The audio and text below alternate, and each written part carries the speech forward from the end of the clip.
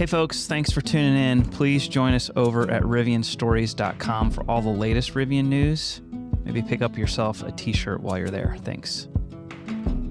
All right, Skylar, we're here.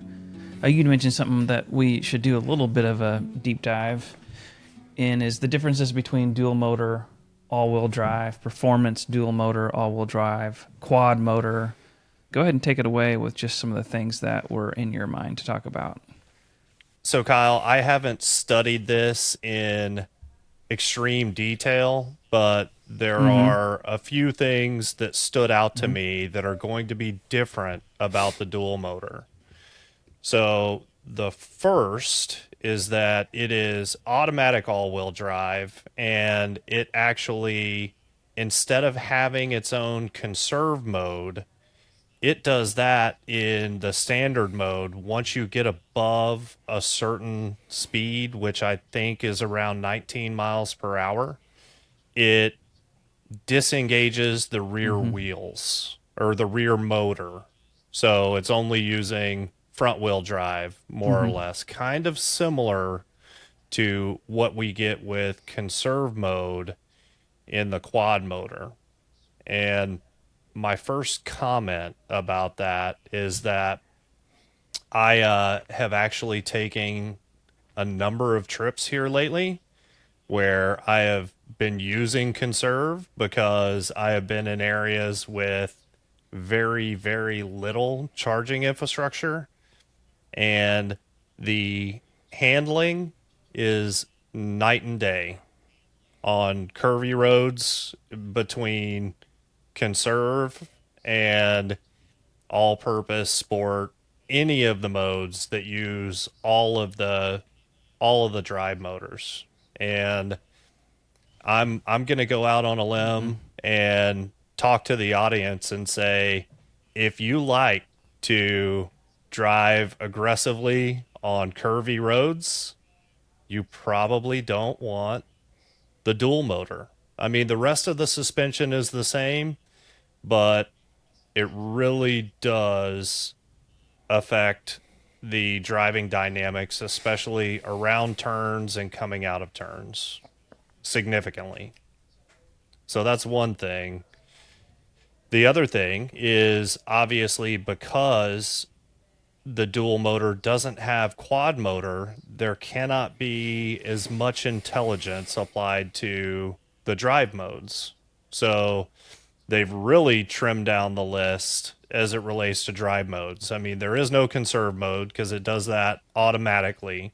And so it's got the all purpose mode, which shuts off the rear drive unit over a certain speed unless you lose traction, which I'm kind of curious how that works, at what speeds that will or won't happen, things along those lines. But then you've got snow mode, tow mode, and all terrain is your singular off-road mode. And apparently it will only disengage the rear motor in that all-purpose mode. So all the rest of the modes do leave both drive units functioning at all times. And yeah, they've got sport mode too, right? Or is that only the performance, Jimmy? That's only the performance. Only in performance. Yep. Right. Yeah.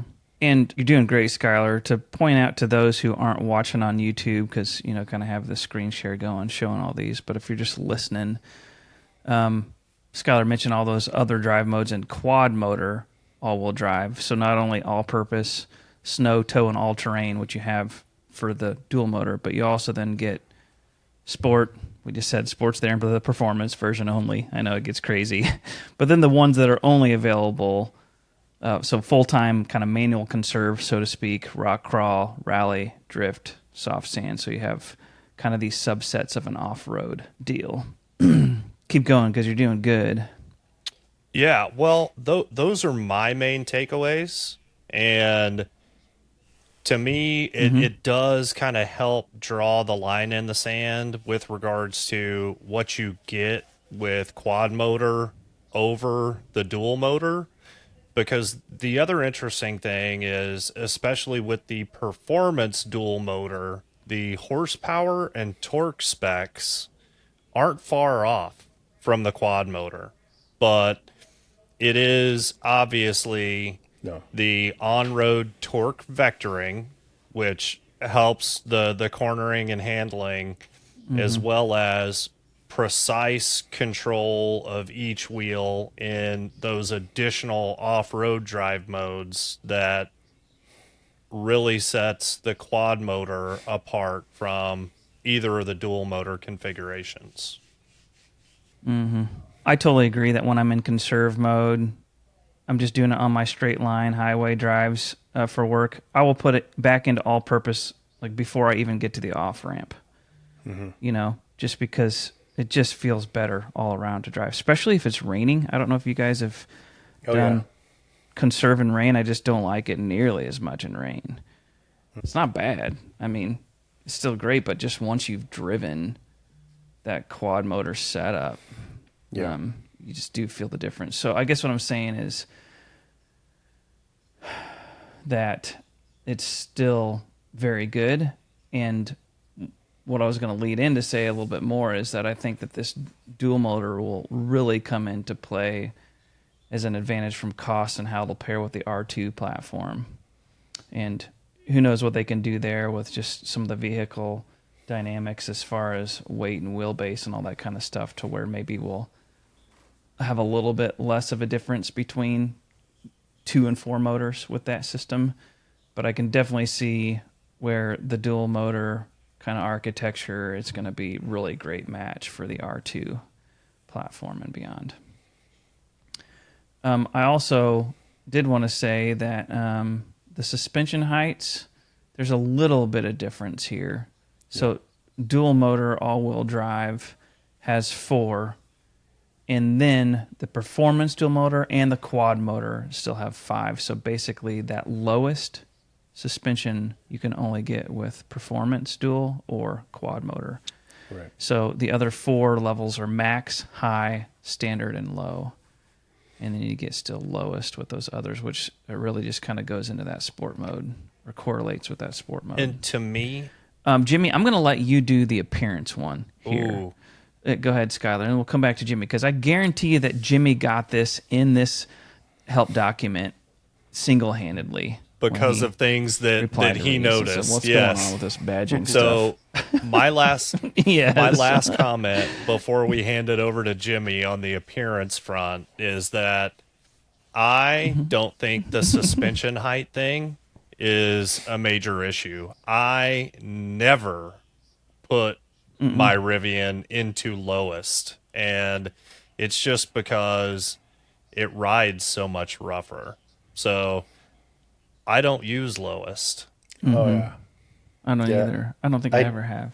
I do it for launches, and the minute I hit 60 miles an hour, because that's as fast as I ever do, as I ever launch the truck. I'm kidding, but I was going to say. the minute I get done launching it, it comes out of lowest, because that thing rides like a dump truck. Like you get beat up in lowest. Yep, but even in conserve mode, I still just do standard these days. I don't even go to low. 100%. This goes back to our maximizing tire wear discussion. Yeah. Yep. And it's- Tire wear and yeah. comfort.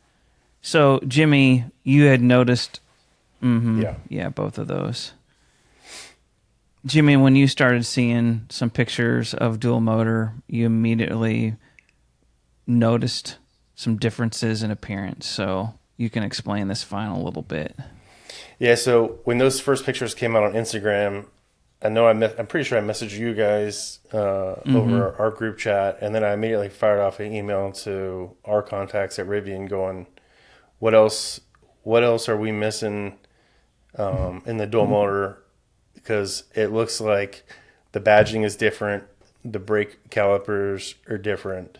I think that was the only 2 things that you could see from the picture. The yellow, there was no compass yellow on the badging and no compass yellow rotors. And Rivian was gracious enough to get back to us with this link to the support page. And then the whole support page was copy and pasted in there. They didn't get into specifics on the actual color, but I'm assuming it's LA Silver rotors, LA Silver badging, and then the line between R1 and T or R1 and S is a black line versus yellow to differentiate between the quad motor and the dual motor configurations, which honestly I love. I love that there's something, even if it's a small visual detail like that, I love that there's that small visual detail to tell between the two.